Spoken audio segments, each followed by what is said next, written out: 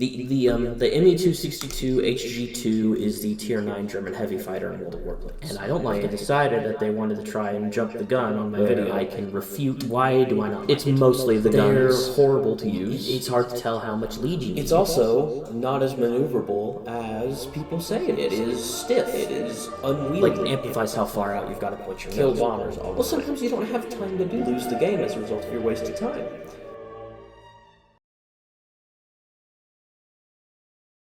Fuck it, we ball. Hello, ladies and gentlemen. Nova Tempest here. First off, I want to make clear that the nature of this video is not to bash Hunter or anything.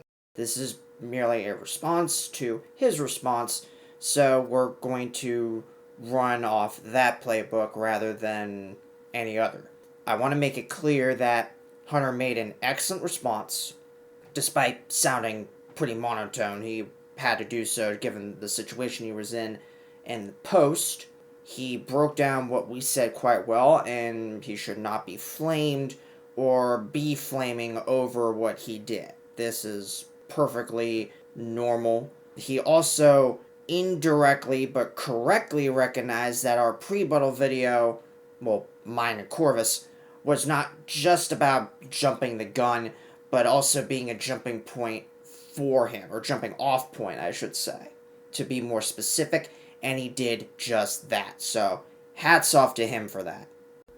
That being said, however, I'm going to respond to his points, and instead of countering them, I will explain answers as to why I have my HG2 set up the way that I do, as well as providing both the audience watching and F-22 specifically techniques and tricks that I use in the game to maximize my use of the HG2. So, to begin, Hunter's first point. The guns are unpredictable and hard to lead with. Speed only magnifies this problem. That's what he said in gist. Here's my response. First of all, this is why I use Soviet long gun barrels. Yes, on paper, this increases the gun range, and in response to this, most people will just say, oh, big whoop, how does that help my gameplay? Well, there's another component to that, in that it also increases the time you have, your window, to engage targets. For instance, if you're not very comfortable with the speed of the shells of the HG2, this gives you more leeway to narrow in your aim and nail what you're firing at. True, this does not directly fix the shell speed of the cannons on the HG2. It gives a means to work around it. It's a easy to recognize cure for the higher pacing of higher tier matches, to extend your reach at which you can affect things moving at higher average speeds, and long gun barrels provides a solution to that. With these long gun barrels, they also increase the damage output. As opposed to the regular long gun barrels, the Soviet ones increase it by 10% as opposed to 5%. Wargaming has only put this piece of equipment on sale, as far as I know, once after its initial release. Though even the standard LGB can simulate the same benefits, Wargaming recognized how powerful this Soviet LGB was. This is why it's so rare to see. An argument can indeed be made for the gas-operated action, or even its experimental version. I have yet to test it on the HG2 myself, though I do know a regular one does work fairly well for the 262 at tier 8, so there is that. Keep that in mind. As for all the other equipment on the HG2, the build for it is mostly turn, but you want to make sure to use a gun sight rather than a G-suit for the HG2. While the G-suit would help it turn better, the Accuracy is something that's of contention with hunters, so keep that gun sight on there, leave it be. As for everything else, I've gone over them with other things, but I wanted to share with other viewers so that I'm not sounding like I'm leaving something out. As for the accuracy, they're 30mm cannons. Even if they're not MK108s that you're familiar with tier 8 and 7 and 6, they're still 30mm cannons. Of course they're going to be wonky. I made this, I hope, fairly clear in my Tempest tutor video on gunnery last year. I know I've yet to get to the second one. I'll explain why soon enough. But going for a gun sight on the HG2 does help with this.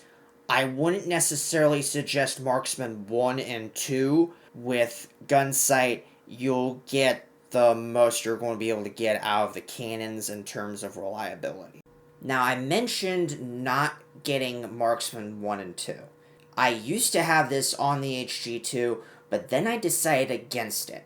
And the biggest reason why is because, despite the fact the HG2 is a heavy fighter, it does not have enough thrust. This is a problem that is recurring for most of the German heavy fighters. For an ascent climb or anything like that, you have to be boosting, and even then, with the HG2, you're still going to be bleeding speed, but with Engine Guru 1 and 2, it does alleviate that problem noticeably, I found, so that's why I went with those two skills rather than Marksman 1 and 2. Hunter's second point. The HG2 is said by many to be one of the more turny heavy fighters at its tier, but I think it's stiff and unresponsive, and it's very hard to avoid overshooting. Paraphrasing F-22 Hunter there. Not exactly. The HG2, ironically enough, is not. It's the middle.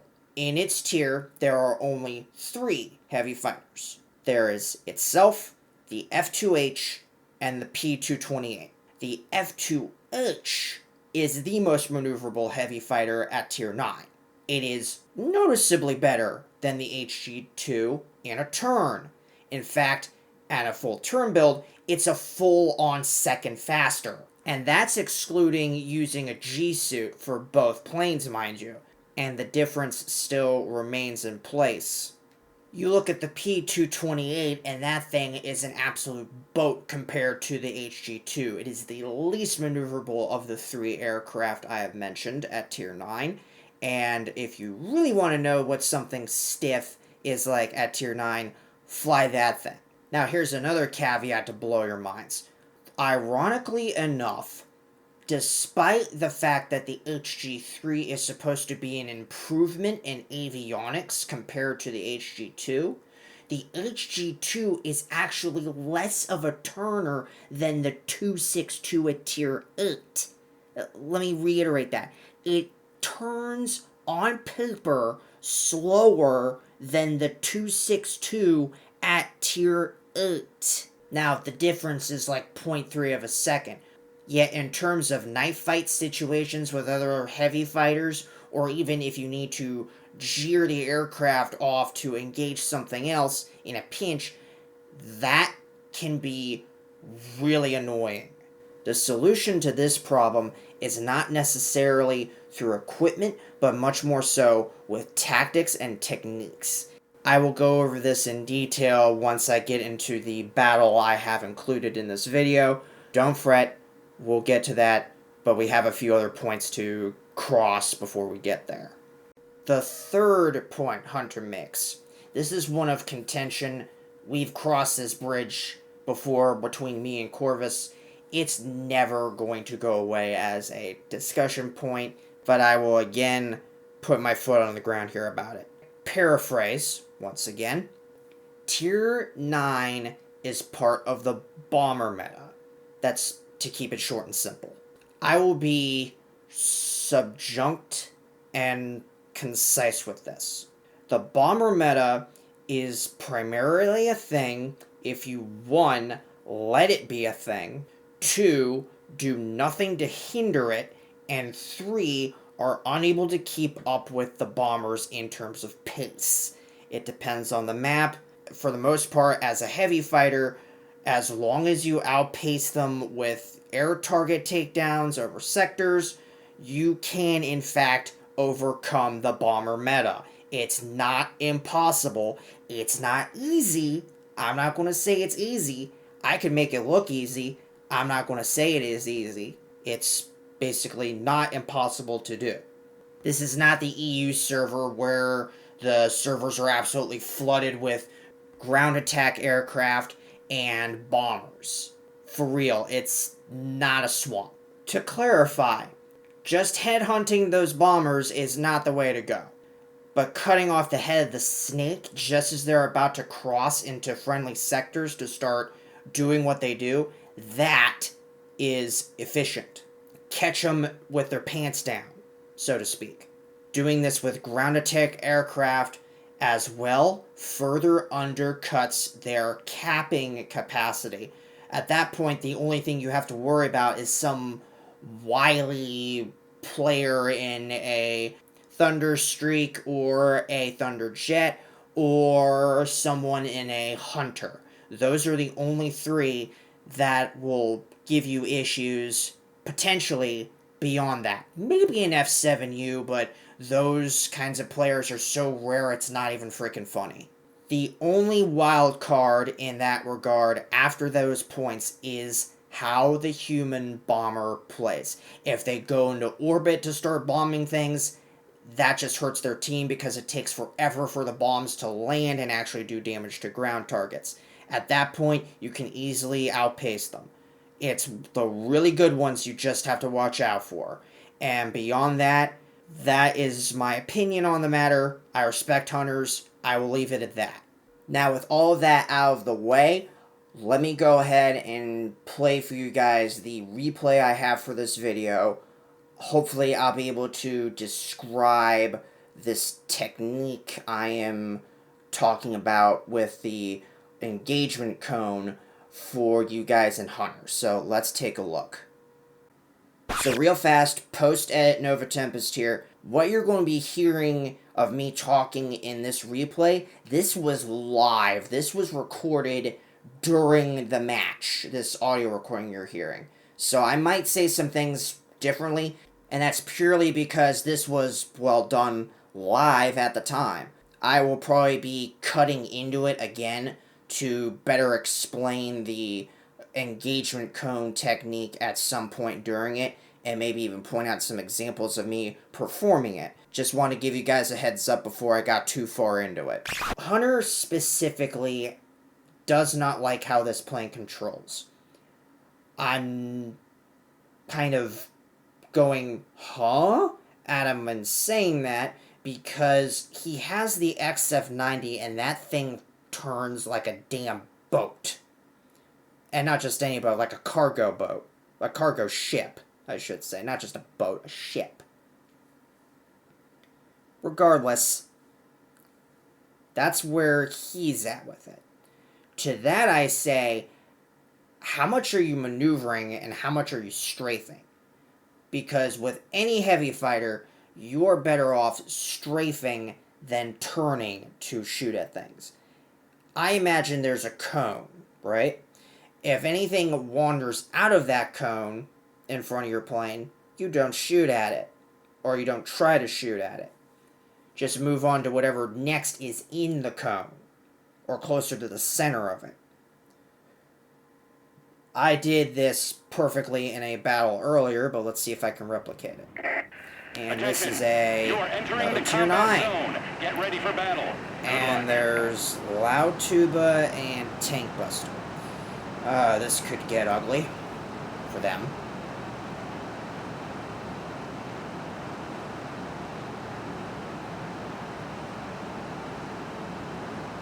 And no, I don't bash players on here.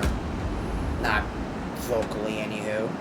Privately, again, not disclosing.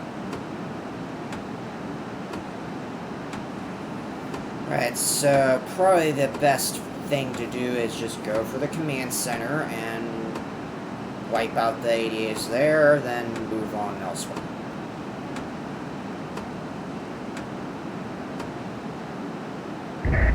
Pilots, get ready for action. Let's go. One thing I do dislike about this is how ineffective the boost is in getting this aircraft to speed, especially having to burn almost half of it just to get up to the yellow.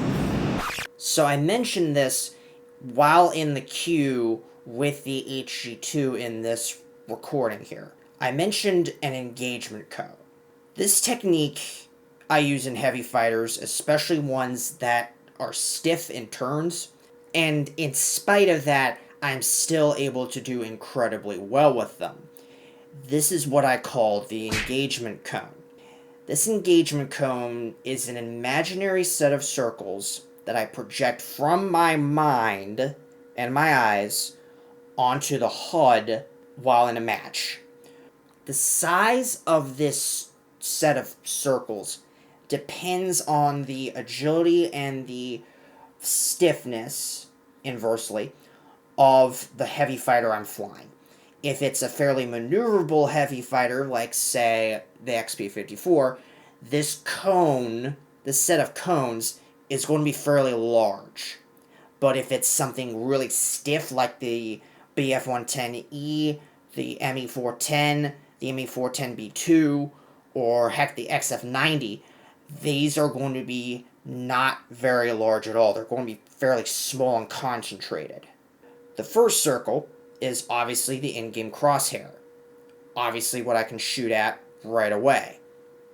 Of course, I may have to tweak the position just a little bit to get my shots to land, but it doesn't matter. That's immediate target zone, where I can fire things immediately. The second is a larger circle that encompasses a zone around the first, where I only have to make small adjustments or make like a small jank move to, like, say, like a tiny yank of the stick upward to get a lock on a target. These kinds of targets you want to chain as a heavy fighter. The more you can chain, the bigger of an impact that kind of chain has on a match. I've gotten kill streaks doing this. It's something that is an incredibly useful thing to master as a heavy fighter jockey. With this technique, if I overshoot my first target, doesn't matter. I have a second one lined up already that I can just start firing at and have another chance to blow out of the air. And it doesn't matter if I miss that first one, especially if there are allies around, because if I knock that first aircraft down enough, someone else will finish it off easy peasy. Let me reiterate this again. This is something that is extremely beneficial for any wannabe heavy fighter jockey to master. If you don't have the time to go back around on a target you just engaged to flip a sector or something else like that, maybe defend one, just line up the next immediate target in front of you if you can. Maneuver yourself into a position where you can line up such engagements or strafes, whatever you want to call them, and maximize your firepower on target. Simple as that. Nothing further. It's not something I can just directly tell you to do. I can only suggest it, and you have to master it yourself. Mastering this technique allows you to get consecutive targets rapidly. Like I said, I've gotten kill streaks doing this. Like 3, 4, even 5 planes in single sittings before any other plane gets shot down. Hunter has seen this in person himself. He can attest to this. Now, back to the engagement codes. Beyond the second circle is a third that I call the high-risk zone. These targets require more aggressive maneuvering to engage, and they're likely going to take time to neutralize. So, say another heavy fighter that you get into a dogfight with, or a bomber in an awkward position, you have to be aware of what other aircraft are around and whether or not it's a good idea to go for it. If there's light fighters around that are on the enemy team, probably not a wise idea to go for these. Make sure you get space first and then come back around. Otherwise, your decision, I'm not you, I can't say for you whether or not it's a good idea. Experience is the best teacher here. Outside of Circle 3 is the gray zone. These targets are best to just completely ignore, especially near furballs. Just ignore them, pass along straight to keep your speed, and then come back around for your next pass. It's better to do that than to get caught up in a situation where your pants are down to a light fighter or something like that. Now, the exception to this is when you're in open space and there's literally no one around. Say you just stumble into a random bomber heading for one of your sectors and you're nearby their spawn. Well, might as well just take it out. That way you can position yourself to take on another target or just come in for another swoop on another sector. Easy.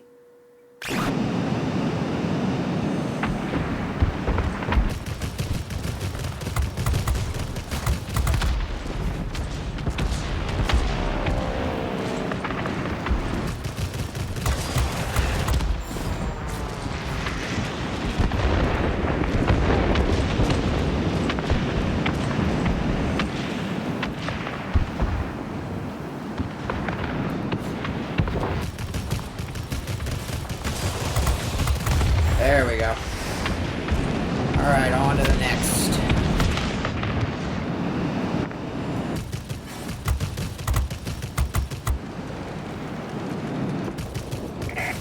Enemy bombers inbound.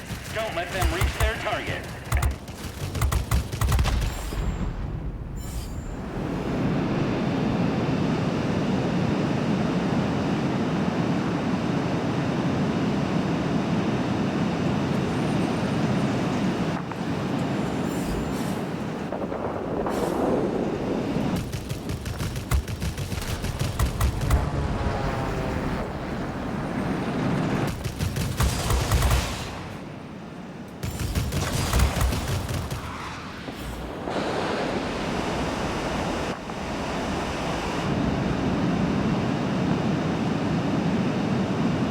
Like I said, don't turn when you don't have the space to.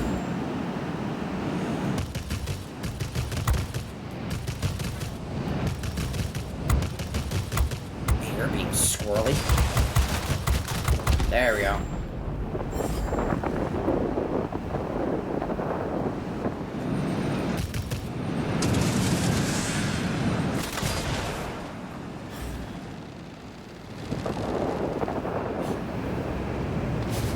Oh god, I'm in the wing. Alright, this will be easy. There he goes.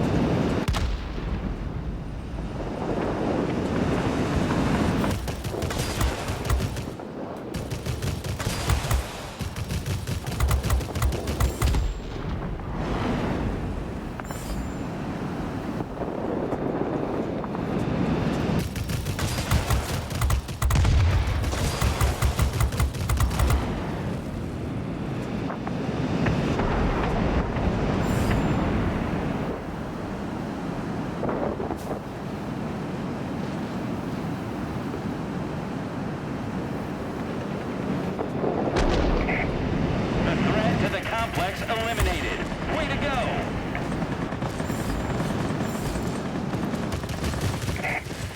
Large enemy force is attacking the command center.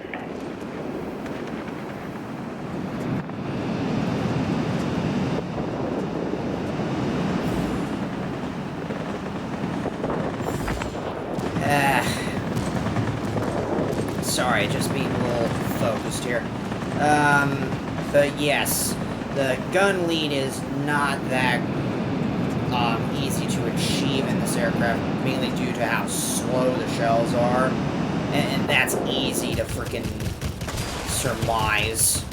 I completely get where Hunter is coming from on that point.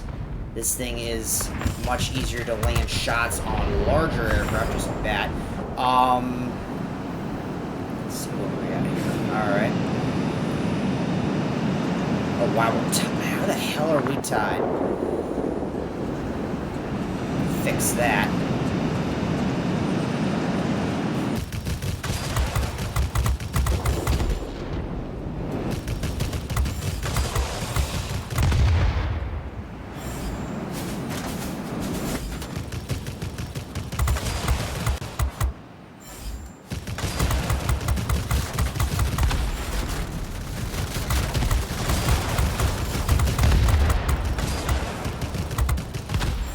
There we go.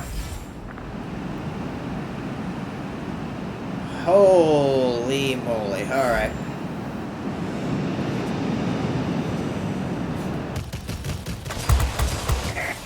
We have complete control of the skies.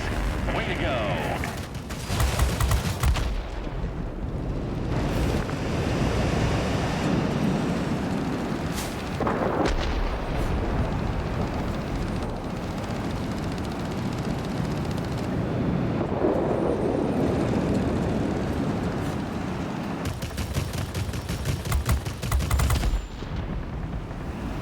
Wire.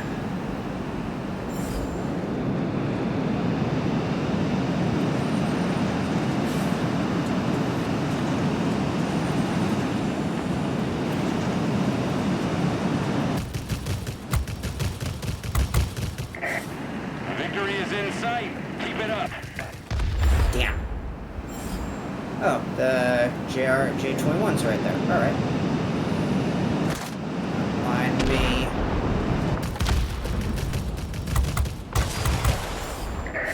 Receiving reports about rapidly deteriorating weather conditions. The port will be unable to reach you. Do you read me? Over. Just move on. Try to overshoot him. Oh, fun. Now he's on me. Easy does it.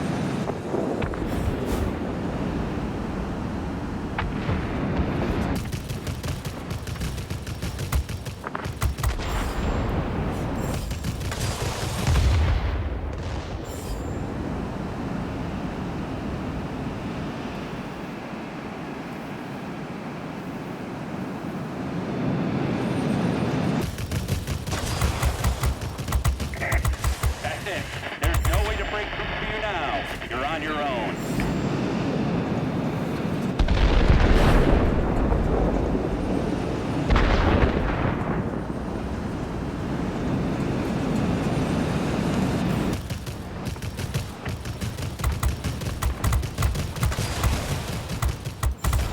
And that's that.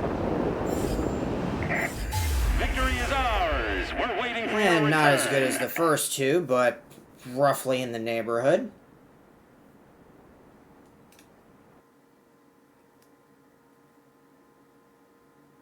Now, with all of that out of the way, I want to make some direct dialogue with Hunter.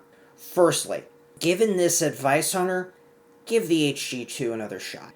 I'm sure that with this guidance, you're going to be able to better perform with this aircraft. And in heavy fighters in general, I know from listening to you, you've sounded like you've wanted to do better with them. I think this will help. Make a video detailing yourself testing these techniques if you have to, by all means. All I ask is you try these suggestions, especially the engagement cone theory. My second ask for Hunter is get up to the British P228, then come talk to me about the HG2 being stiff. None of the Tier 9 heavy fighters, the other ones, come nearly as bad as that P228.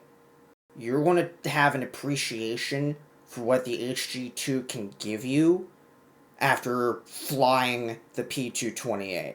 I promise you that. With all that, I hope you all found this video helpful or useful, perhaps insightful. If you did, please leave a comment, leave a like. I will catch you all in the next one. Peace out.